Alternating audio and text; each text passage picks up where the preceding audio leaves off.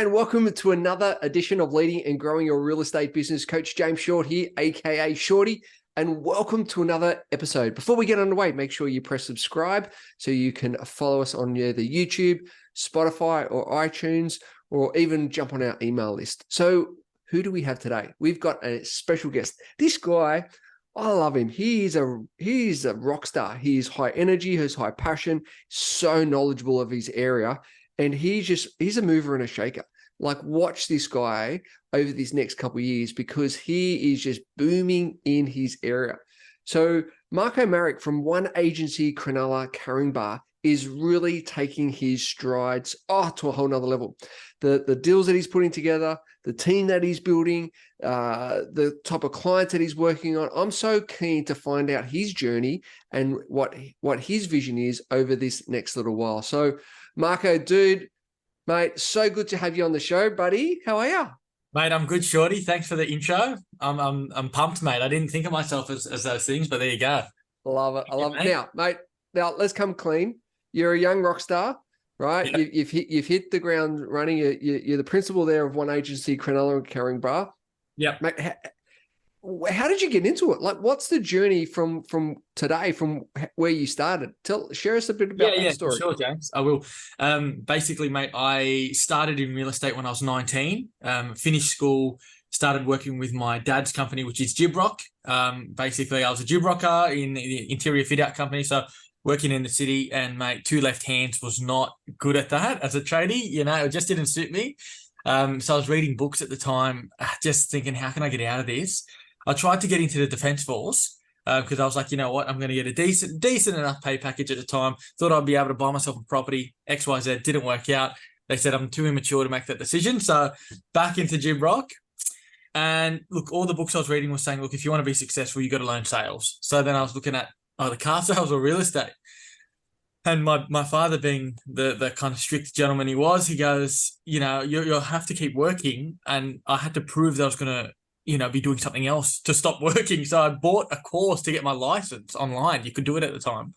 So bought that, and mate, as soon as I did that, I approached a few agencies, knocked on Ray White Cronulla, knocked on their door, got an interview, basically said, look, don't know anything. I'll work for free for 2 weeks. If it works out, maybe you'll pay me. And within a week, the lady, Jill Yankos, started paying me. And, mate, that's where I've been ever since. So I worked with this phenomenal agent, Jill. She was towards more so the end side of her career. She was in the area for 22 years, been working in Burraneer in quite an exclusive area with a good name. And I kind of tagged along towards the end. And she, I guess, allowed me as a assistant to grow into a personal agent myself. And then the opportunity arose, I guess, the start of this year, where I wanted more, she wanted probably not as much, and we have a great relationship. So I was like, well, let's take over the business myself, and yeah, here we are today. Fantastic, mate. And there's a bunch of that which I'm going to loop back in and explore a little bit more. But and so where is business for you? You've got some amazing, projects and deals and building the team. Where's the business for you, and where's that direction at the moment? So the business for me is, at the moment, it was kind of like, okay, survive mode, right? Like 6 months in, what to expect. And obviously there's plenty of self-doubt always, a healthy amount. However, I was kind of like, look, let's just get through this, in a sense. Let's just get through this is my mentality. But now I'm starting to look at it more from a abundance perspective of, okay, what's possible? That's what it's kind of like. Okay, so I've got through 6 months, and I'm like, you know what? Looking at how I run business and what's in the future, I can do this. Now, what can I actually achieve, and what can I put my mind to? And what, I guess, who am I going to have to become to achieve those things I want? Right. So that's a bit of a wake up call to know, okay, look, it's in my hands now. It's always in my hands, and I never like excuses. And that was the same when I worked with Jill at her house for 3 years, working from her house. And I said, I'll make it work here. I'll make it work anywhere. So I want to carry that attitude throughout. Where am I at today? I guess it's, obviously I've got my targets, my goals. We got a GCI goal in the office of 600,000 for the year. I've got Belinda, who's my assistant, and I'm training her to, I guess, learn the ropes of an agent like myself. And then I've got Narelle, who, she's our sales admin and office admin, so she runs all the time-consuming stuff in the back end. I love it. I love it. And just a couple of things on that. And I think that the power, like what you've achieved in 6 months, you know, so many people out there, particularly principals and directors, usually take 6 years to achieve. So like building your rent roll, the sales that you're doing, it's just been phenomenal to watch and be part of that journey. And one of the things that you just mentioned is around your mindset. Now, you recently trained yourself up for a fight. Yes. And the mindset and the discipline that you took from that, I'd love for you to share to the audience, the mindset and the discipline you took from that, you carried that on over to your work. What was the biggest, what was the biggest learning and awakening around that transition of carrying it over from like, I'm doing it here in my training and getting prepared for a fight, now bringing it into the work environment? Share a little bit about that with us. Yeah, that was it's a really simple answer for that, and it's consistency.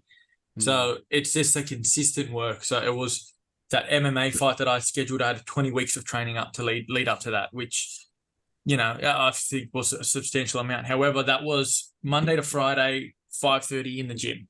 And I guess for me, that was going to be a real life consequence in your face. However, look, if I don't show up for these training classes, I'm going to be in this cage with someone else, and they're most likely training against me. Right. So I had to put myself in a competitive environment and say, well, I'm going to have to fight for my life in a sense in that cage. You got to do everything you can because it's all going to show up. Right. And there's no running away from it on that day. However, if there's no fight, you know, no one's going to miss out on that training session here, there, because there's nothing to, I guess, to determine you need that result. And it's kind of flows over to real estate in the same concept. It goes, well, it's a consistent cause. It's like when you don't feel like doing it, but you're doing it. And that's the separation between, I think, an agent who gets what they want versus an agent who doesn't. And it is still a hard battle because you don't have your fight that you're coming up that all your friends and family are going to watch, but you do have these listing presentations that you do in front of owners. And these are the parts where we work so hard to get into that you want to try and be your best to successfully get them, but have the opportunities there, but then be able to strike them. So that's really vital. And I think that is probably the biggest learning. It's that consistency, and it pays off. Like winning that fight, I think, came back from just the mentality of getting in the gym and just doing it. And there was weeks and shit where I was so cold and I didn't want to go. And you know what? There's also, on the side note of that, a real positive, I guess, conclusion to a day when you've done what you set out to do. Whether you get an appraisal or listing or anything like that, nothing that's monetary value, but you've done what you said you would do, I guess you have some pride in who you are. And, you know, I've had many days where I didn't have that, where I didn't feel that. And it's not a good feeling because you get in this cycle of, mate, I'm not doing the work. What am I doing? And you just got to have that target and hit it. Just on that, right? Just like when it doesn't go your way, right? When you're feeling a bit of a downer, when you're feeling like it's a slog, what's your strategy to get you out of that fuzz or out of that slump? What are some of the tactics and strategies that you do to flick that switch? I think for me, it's not always easy because sometimes I can be slumpy for a while, you know, like I still kind of am learning to get out of those routines because I do feel like I've got the on and off button. I think exercise is really important. I think talking to the right people as well, whether that's someone in your industry or someone that you look up to and you know, just having that conversation because everyone has these days and it's in our mind, we think it's just us, but reality is sometimes you just talk it through and you explain it to someone, you feel a lot better and you say, you know what, that was a day, tomorrow's a new day. What are we going to do about it? And I guess there is a bit of self-motivation needed where you kind of need to say, hang on a second, remind myself, why am I doing this? What are the important reasons I'm doing this for again? I'm not doing this to you know, to have all this money in a bank account. I'm here so I can build a lifestyle that I want. You know, these are the goals that I have. And I guess it's coming back to those. And, you know, it's doing the right things outside of life. You know, it's like, you know, are you eating healthy? Are you exercising? You know, are you spending quality time with the people you love? And, you know, little things like that. And you know, if some of those get pulled back, it starts affecting the rest of your life. So I true. find So, is your sleep out of whack? That's a big one for me too. 1,000%. And so looking at that, just to sort of getting that summary around that, it's like asking better quality questions to yourself, right? So, why am I doing this? And it's coming back to, hey, is your why strong enough? Is it clear enough? Surrounding yourself with, colleagues and mentors and people in your corner to support you. It's about redefining, looking at those goals. It's about, and it's about those other aspects of life, your family, your friends, your loved ones. It's your health, your eating. It's all the combination of all those key things that you've mentioned to help you to if you're feeling down, just to have a check in and go, where's this? And guarantee one or two things, you shift that, boom, you're back on the bike. So I love it. So what's coming up for you? What's exciting? What are you noticing? What are you noticing out in the market at the moment? Like in your area that you look at, what are you noticing out there currently? Look, what I'm seeing out there is there's still, I would say, a substantial amount of buyers for the current stock list at the moment, which I would say it's a good market still, as long as your properties are aligned with, I guess, the market's price and the market feedback.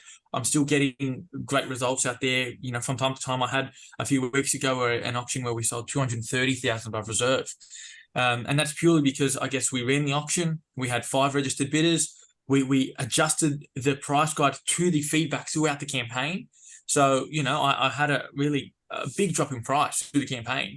And, I had to have that harsh conversation with the owner, which is part of my job, to ensure that my owner is aligning their property to get the best price, say auction day coming, not to please them and say, no, let's stick by a price. It's saying, hang on, this is the best strategy to get you the best price. I think that's very important, to have these conversations with owners, even when they're hard. And then the benefit was we actually achieved a really good result, and, they're over the moon. So I see there is value in this market still for, I guess, results like that. And it's just about multiple factors, about the property and the buyers at the time. But I'm seeing a good market. My fear is what could be happening is we do have more properties come on the market and we don't have the buyers to fill up that stock list. And that's when I start to see maybe some property prices dropping. But you know what? Reality is, James, I look at it now as I'm not like the number one agent out here. I'm probably not even number 5. It depends on what area. But more so, I look at it and think, where's the challenge? So if the market's going to get tough, okay, cool. How am I going to survive in this market and thrive? So when the good times come, it'll be good. But there's always going to be a good market, a bad market. It's always going to be there. It's just, how can I guess, use that to my advantage and grow? I think Gavin Rubenstein and that always used to say, he liked the challenging market because it weeds out all the agents that were sneaking by, just getting by, collecting the commission, not working for it. So that's the difference. That kind of gets me excited for a challenging market where I've used this 5 years to build up relationships, to then hopefully that's going to assist me, but also then to say, hang on, this is why you need to go with me over the other agents. So love it. Yeah, that's kind of what I'm thinking. That's so good. And you know what? It's right, as you said, because it's coming back to your craft, coming back to sharpening your own sword and being the best you can for that right market, right period, right buyer, right vendor. So we've got a bunch of questions we ask to find out a little bit more about yourself. It's the 60-second quick quiz. Are you ready? I'm ready. All right, let's go. Favorite movie? I'm probably gonna say it's the one with I'm gonna say, just to get past, probably The Godfather. I love it. Favorite food? Burgers. Okay, cool. Favorite holiday destination? It's got to be Croatia. Okay, nice. Morning routine. What's your morning routine? My morning routine, it depends. It depends what day it is. I guess when it's good, I usually get up at about 5 and go to training at 5:30. But since I had my injury, I haven't been that consistent with that now. But that's my routine. Come home, cook some bacon and eggs usually. And then I'd like to try and be in the office by around 8. I probably from about, say, 7 till when I get home from training, 7 o'clock to 8, I'm usually like dawdling, kind of get myself ready for the day, and then try to get in the office by 8. So that's my standard kind of morning routine. Awesome. What about your evening routine? Do you have an evening routine? I don't necessarily have a routine. I kind of just, I don't know, hang out a bit. No, not really. I don't have an evening routine, Okay, which is not cool. good. No, totally fine, totally fine. So if you could choose 5 inspirational people to have dinner with, they could be dead or alive. Who would they be? Okay, I would have it with. Oh, yeah. Okay, one would maybe I think would be John McGrath, Yep, Matt Steinway. These are the real estate sector. yep, Maybe someone like David Goggins. yep. That's the other guy. I can't remember his name as well. It's related to David Goggins, all that side. Who else? Who else? Dead or alive? Maybe Michael Jordan. Fantastic. Love Yeah. it, love it. If you were prime minister for the day, what's one thing that you would change? Prime Minister for the day. Oh, I said something the other day what I was going to change to my missus, but I'm just trying to remember what I said I was going to do. Oh, what was it? Oh, yes. Okay, perfect. I would say to the supermarkets, I would say to all the supermarkets, I say, hey, if you guys don't want to get taxed something ridiculous, say, let's say a 25% tax on your shops, you need to make sure you have registers with people at them at all times. Full. I would ban electronic registers. You can have the quick express ones, but I got to tell you, I went to one of the Woolies or Coles, and there was a tray, you know, where you put your stuff on and it slides it forward, whatever it's called, the conveyor belt. Yep. And I put it on. We started loading the stuff. And I looked to the end. You got to do it yourself. I'm like, what the fuck? I'm like, why am I doing this? I'm like, I just got to. Surely I'll just scan it. What's the conveyor belt for? And you know what it was? It scanned things twice. It scanned it twice, multiple times. And the lady came up to me. I said, look, hey, I needed to call a flagger down. I'm like, mate, I'm losing my marbles here. Anyway, so she comes over and she goes, oh, you know, she tried to tell me how to scan it. And I said, yeah, I said something cheeky. I said, yeah, I know. Like, I don't even know why I'm doing this anyway. I think somebody else should be doing this for me.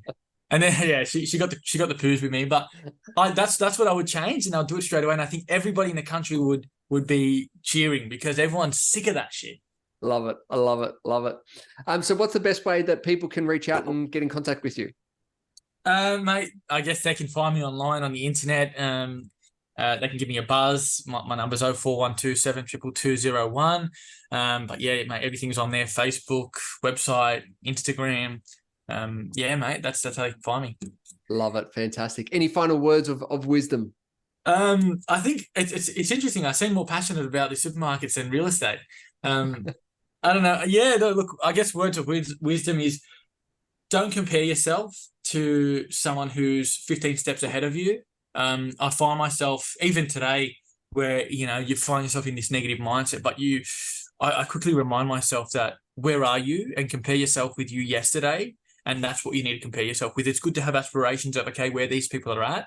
But truly, you know, I think you got to also understand what you can do in a few years is pretty impressive versus, oh, what can I do in the next 6 months? It's just like, hang on a second, 6 months, mate, just be consistent in a 6-month process, but, you know, don't expect results. Like, you know, you do one sit up, you don't go look in the mirror for one ab yet. You know, you kind of got to work on it for a while, and then that will compound and you'll see results in due time. But it will, you know, depending on what you do in that 6 months, the results will vary. And I think you can be impressed by the consistency and what the results will be from that.